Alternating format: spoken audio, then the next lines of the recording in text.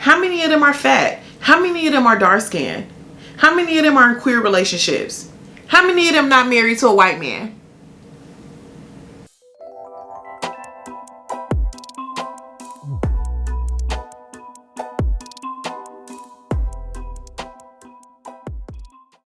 Hey y'all, welcome back to my YouTube channel. If you're new here, I'm Cecily, also known as Bad Fat Black Girl. I'm a writer, I'm an entertainment journalist, I'm a tribe feminist, and we need to have an honest conversation about this obsession with femininity that y'all are into. It's not that serious. Trust me, I know that. There is a lot to dissect here, y'all. I've been seeing a lot of these YouTube and Instagram accounts that are essentially running academies, if you will, that teach women how to be more feminine and less masculine. I've been seeing people talk about like their femininity journeys. You know, some of the femininity is divine. It's like divine feminine energy. And some of it is being used as kind of like this roadmap for like success and leveling up. But I think what has been really fascinating for me to see is how this kind of movement feels like it's been targeted specifically to black women. Y'all didn't think I was here to talk about what white women had going on, did y'all? Played yourself. Now, I have seen a few people kind of call this phenomenon out for, you know, feeding into the patriarchy, for being sexist, and, you know, for kind of like setting black women back. And I want to be honest, that's actually not why I'm here either. I'm not here to do that. I actually want to take a step back and ask the question of how we got here and why this kind of movement is so attractive to black women in the first place. And yeah, I am gonna address how it can get real whack and real weird, but I'm also gonna talk about, and some of y'all might not like this, how it kind of works and why, you know, it could be a useful tool for some people. But before I get into all of that, please make sure you subscribe to my channel and make sure you turn your notifications on so that you don't miss any updates when I upload. Also, if you feel inclined, please give this video a thumbs up. It really helps me with the algorithm. I really just want to see all of you win. Thanks. Okay, did my feminine energy enchant y'all? Ciao. So just a quick refresher for folks who haven't seen some of these accounts. Femininity content usually has some sort of guidelines or suggestions about how women should speak, socialize, dress, and sometimes think in order to achieve a certain level of femininity. As a matter of fact, for reference, if you have no clue what I'm talking about, pause this video, open up another YouTube tab, and search how to be more feminine. And just kind of see what comes up. Scroll through maybe the first page of results and just pay attention to what videos are coming up. I think one of the first things you'll probably notice is that the idea of femininity kind of falls under this umbrella of self-help. And so essentially the notion is that once you get closer to, or once you achieve this femininity, it in some ways enhances the quality or the value of your life. And it is this piece, this correlation between success and privilege and femininity, that I think is really important for us to pay attention to. In fact, if you actually watch any of those videos, one of the things that you will notice, a piece of terminology that you'll notice that they talk about a lot, is this idea of being like a high value woman, and in a lot of cases attracting a high value partner. Is very heteronormative over there, just FYI. But yeah, attracting a high value man, being a high value woman. There's literally this idea that is attached to femininity and being of higher value. And I just think that when it comes to conversations about value and quality of life, especially as black folks, we have to be very careful about language like that, because it can become a little bit of a slippery slope. But I think at the baseline, the most important thing that you need to understand moving forward, you know, if you're going to continue to watch this video, and that I want everyone to be very crystal clear about, is that gender is nothing more than a set of behaviors and traits that are learned and then performed.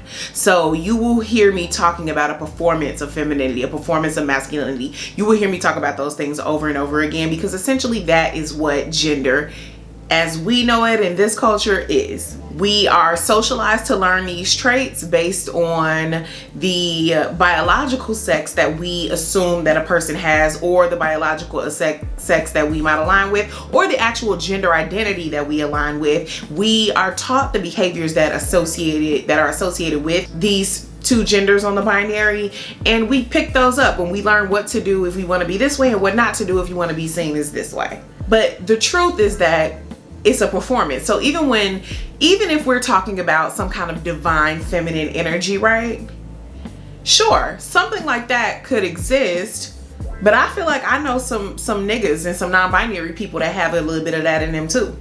You know what I mean? It's not the energy itself is just the energy. It's not picking and choosing where it manifests itself because of what a person's gender identity is. So if you want to argue about the gender binary, I'm gonna be completely honest with you. I suggest you just go argue with somebody else about it, because I have a master in gender and sexuality studies. There's really nothing you can tell me about it. And so yeah, that's just, if you don't understand the basic differences between sex and gender and things like that, I think that this might be like more of an advanced level course for you, and like maybe you should take some prereqs first. Sorry. But I did say all that to say, I'm not mad that there is all of this content that exists that teaches people how to be more feminine, because like gender should be played with, and gender is something that, because it is a performance, it is something that you can be a little creative with, that you can zhuzh up if you want to, downplay if you want to. Like, I encourage everybody to experiment with gender in that way. As a matter of fact, I would say gender is meant to be played with in that way. However, although on the flip side, we do live in a culture that is anti-black and is misogynist. And so we also have to be honest about the fact that there are material privileges and benefits that do come with being read as more feminine, especially if you are a cisgender woman, and especially if you are someone who is read to the rest of the world as a quote unquote woman. Femininity is associated with beauty in a lot of cases, and female beauty or feminine beauty is a commodity in this country. So I want to be clear that when I say material privileges, that's literally what I mean. Like, materials and cereals, bitch. And it's so funny because if you really want to see a group of people who have figured out a way to monetize that performance of high femme bad bitch energy, look at sex workers, G. Nobody does it better, I'm telling you. Nobody has mastered the art, and it truly is an art, which is also the allure of some of these content creators around it. But nobody has mastered the art of playing up their femininity in exchange for the benefits like sex workers have. And it's funny because a lot of these femininity gurus kind of take this moralistic position that suggests that stuff like sex work is like beneath them. But I promise you, it ain't nobody more feminine than a hoe about to turn out her trick. And that's on. I know that from experience. We ain't gonna get into all of that, but that's all I gotta say. Moving right along. But yes, in a nutshell, because our society is patriarchal, femininity does work, especially when you are a woman, and it does come with certain privileges in order to be able to navigate that. It's a bit of a game that needs to be played, and if you want to play it, you got to know the rules and you got to know the cheat codes. And I personally don't think that that's like setting black women back, that there are women who understand that, who know that, and who try to and want to and have an interest in making that work to their advantage. I think that there is this idea that because that we have to suffer under this regime that we didn't even fucking set, and I just don't think that that's true. And especially when the stakes are high if you do not align with femininity when other people think that you should.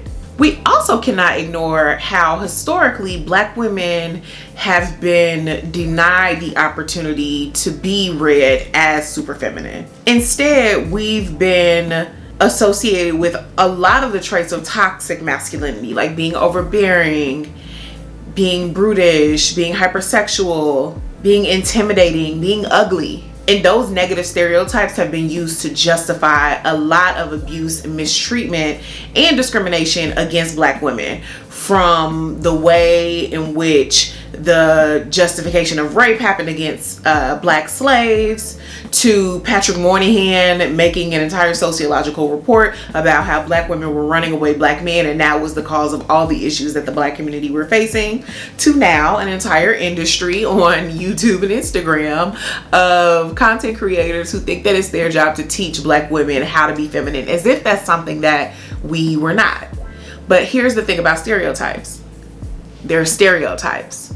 Black women, among the things that black women are and can be, feminine is also one of them. Black women are purveyors of the domestic arts. Black women can give you a look like no one's business. If we look at how black women's aesthetic culture has been vultured and appropriated, we know that black women are the epitome of femininity, actually. And this is where the obsession with femininity gets a little weird to me as it pertains to black women. Because too much of it is actually about embodying some kind of example of white femininity. Or at the very least, it's about sucking all the blackness out of our expressions of femininity in order to be read as more successful or desirable. If you actually watch any of the videos that you maybe clicked, if you'll notice, a lot of it has a lot to do with not twerking, not talking too ghetto, not wearing your bonnet outside, not cussing nobody out if they do something wrong to you, carrying your body a certain way so that you seem more demure. I literally saw a video a couple weeks ago where the woman literally said out her mouth, like, you shouldn't even be listening to hip hop because that energy is not good for, you know, achieving like your higher feminine self. So it's definitely some anti-blackness going on here. And that's where you lost me, sis. Because that kind of reveals to me that it's not that we don't think that black women are feminine, it's we think that the expression of femininity that black women embody is not good enough, or is not going to get them to the version of success or privilege or desirability that we think that they should be at. Go back to that YouTube search that you did and look at who some of these gurus are. How many of them are fat? How many of them are dark skinned? How many of them are in queer relationships? How many of them not married to a white man? These are women who are benefiting from light skin privilege, class privilege, thin privilege, and heteronormativity, who are presenting a certain lifestyle to women who don't necessarily have those privileges and telling them that they can also have this lifestyle if they somehow achieve a certain level of femininity. And that just simply is not true. And to be honest, I think we can use me as an example. If you've watched more of my videos, you know how I talk, you know how I'm coming, you know what I'm saying? You know how I talk, you know how I speak, you know how I feel about certain things. And I have what, you know, some of these folks will call a quote unquote high value life. I have a successful journalism career. My book is coming out next year, even though I am in a constant state of anxiety about my career, but that's neither here nor there. You know what I'm saying? That's between me and my therapist. We ain't gonna get into all of that. I got a couple designer bags in this closet over here. You know, I have a pair of red bottoms. Okay, I have a partner who does well financially. I have what they call a high value partner, even though I'm in a queer relationship. I have you know, I enjoy luxury experiences. I have the benefit of being able to take care of my mental health by doing things like go to therapy. I essentially have what these folks call a high value life, and I've been able to accomplish that as a brown skinned, fat, queer, and girl who talk like this.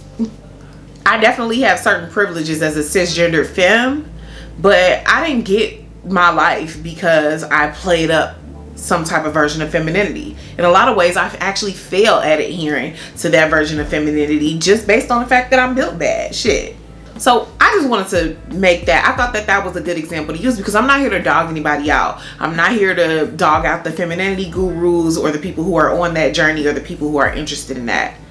I'm just here to let you know that there are other options in terms of creating and having the life that you want. I have the life that I want because those were the standards that I set for myself. I set those standards and I held them. I actually did a video about why I think having standards is more important than having confidence. I'll definitely include a card to link to that video. But that's really the key. You can perform your gender however you want to. It's just about not settling for anything less than what you want in terms of getting to where you need to be in life. And you also don't have to fall into anti-blackness to do it. That's really the most important thing. If your version of an ideal life has a lot to do with some kind of disassociation from blackness, then that just really ain't it, sis. Because sometimes they can wrap anti-blackness up in a real pretty bow and have you feeding right into it. So that's all for this video. I would actually love to hear y'all comments about this down below. Let me know what you think about how gender is kind of being presented to black women these days and how folks are feeling about femininity. Let me know your thoughts. Make sure you are subscribed to my channel. Please give this video a thumbs up before you go. And as always, thank you so much for watching.